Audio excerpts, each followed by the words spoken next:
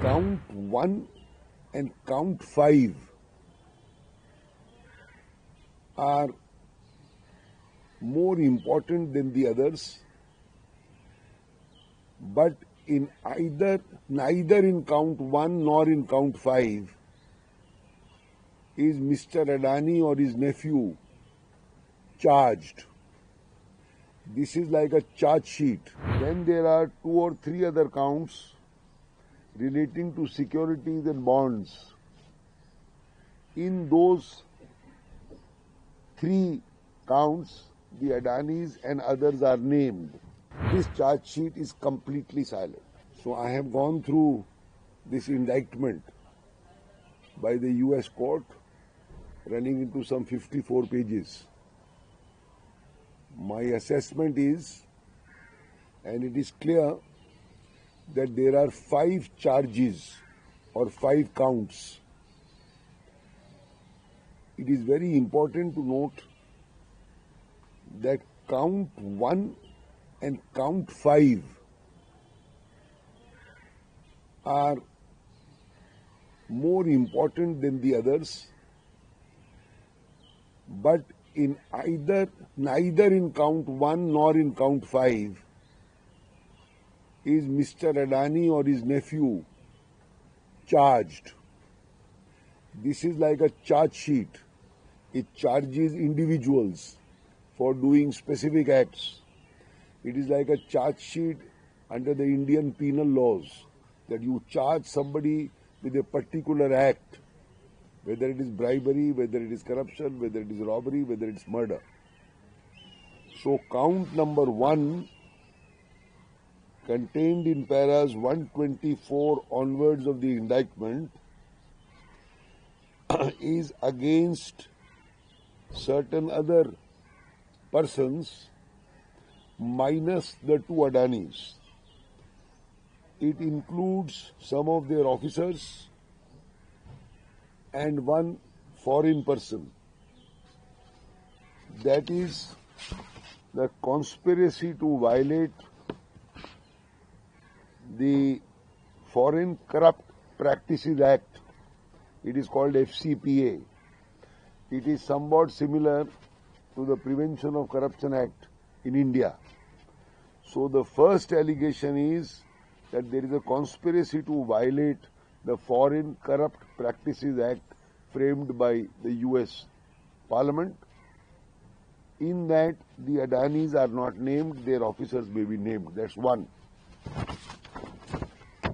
Then there are 2 or 3 other counts relating to securities and bonds.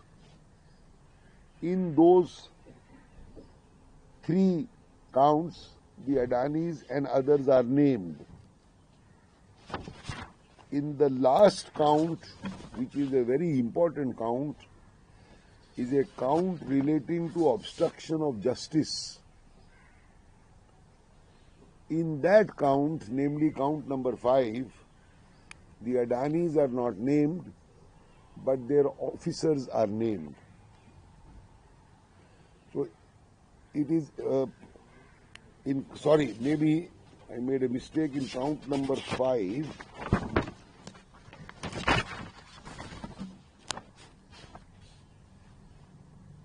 I made a mistake. In count number 5, obstruction of justice, the Adanis are not named, their officers are not named, but certain other people are named, including a foreign party.